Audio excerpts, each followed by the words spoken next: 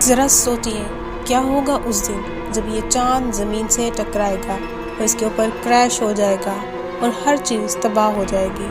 لیکن ایسا سوچنے سے پہلے اس بات کو تسلیم کرنا ضروری ہے کہ واقعی ہی ایک دن ایسا ضرور ہوگا، لیکن اکثر لوگ اس بات پر یقین نہیں کرتے اور ان کے مطابق کہ ایسا کبھی بھی نہیں ہوگا۔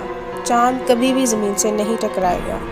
چاند کا زمین سے ٹکرانا اور زمین کا تباہ و برباد ہو جانا ایک حقیقت ہے، اور اس بات پر یقین آپ کو اس ویڈیو کو دیکھنے کے بعد آ جائے گا۔ ویورز، بہت چھوٹی چھوٹی سی تبدیلیاں جو ہماری زمین پر رونما تو ضرور ہو رہی ہیں، لیکن ہم انسان شاید ان کو کبھی بھی سیریس نہیں لیتے۔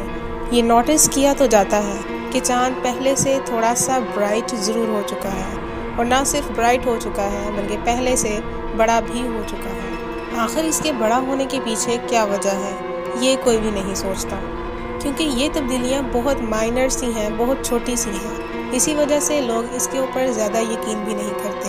لیکن یہ حقیقت ہے کہ چاند کی روشنی پہلے سے بڑھ چکی ہے، اور چاند کے سائز کا بڑا ہونے کا مطلب کہ چاند زمین کے قریب آتا جا رہا ہے۔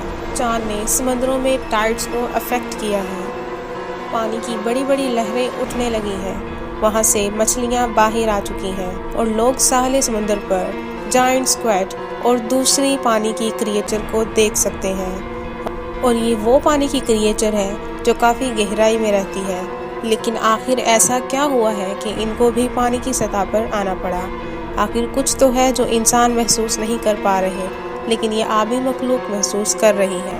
نہ صرف یہی بلکہ زمین پر مزید عجیب و غریب چیزیں ہونے لگ گئی ہیں۔ پرندے گروپس کی شکل میں اکٹھے اڑ رہے ہیں اور ایک جگہ سے دوسری جگہ اپنی پروان بھر رہے ہیں، لیکن ان کی اس پروان کی کیا وجہ ہے یہ وہ بھی نہیں جانتے۔ بحری جہازوں کے کیپٹنز بھی یہ بات نوٹس کر چکے ہیں کہ کمپاس کام نہیں کر رہے اور وہ ارتھ کی صحیح ڈائریکشن نہیں بتا پا رہے۔ تو سوچئے آخر ایسا کیوں ہے؟ اس کے پیچھے کوئی نہ کوئی بڑی وجہ ہی ہے، اور اس کے سائنس ہمیں وقتاً فوقتاً ملتے تو جا رہے ہیں، لیکن ہم ان سائنس کو کیچ نہیں کر پا رہے۔ دراصل یہ ارتھ کے میگنیٹک پول کے چینج ہونے کی وجہ سے ہے۔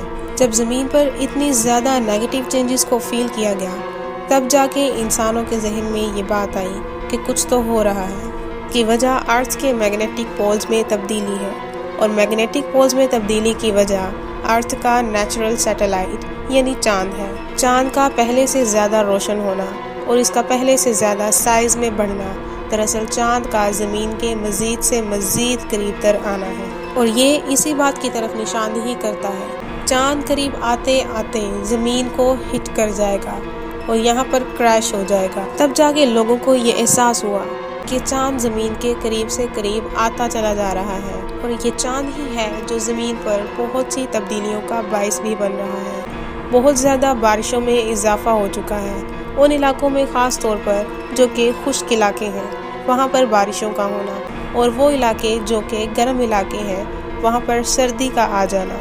یہ تمام کی تمام تبدیلیاں صرف اور صرف چاند کی قریبی کی وجہ سے ہیں، اور تب جا کے لوگوں کو یہ یقین کرنا ہی پڑا کہ دراصل یہ دنیا اپنے اختتام کو پہنچنے والی ہے، اور وہ اینڈ آنے والا ہے جب سب کچھ ختم ہو جائے گا۔ اب امیجن کیجیے اس وقت کو جب چاند زمین کے بہت قریب ہوگا، اور دریاؤں سے اور سمندروں سے پانی نکل نکل کر باہر آئے گا۔ جس طرح ہم گلاس کا پانی ہاتھ سے پکڑ کر انڈیل سکتے ہیں، بالکل اسی طرح سمندروں کا پانی انڈیل دیا جائے گا اور گلی محلوں اور شہروں میں پھیل جائے گا۔ بہت سارے نیچرل ڈیزاسٹرز پیدا ہو جائیں گے، اور وہ وقت بھی آ جائے گا جب زمین پر بہت بڑا ارتھ کویک آئے گا۔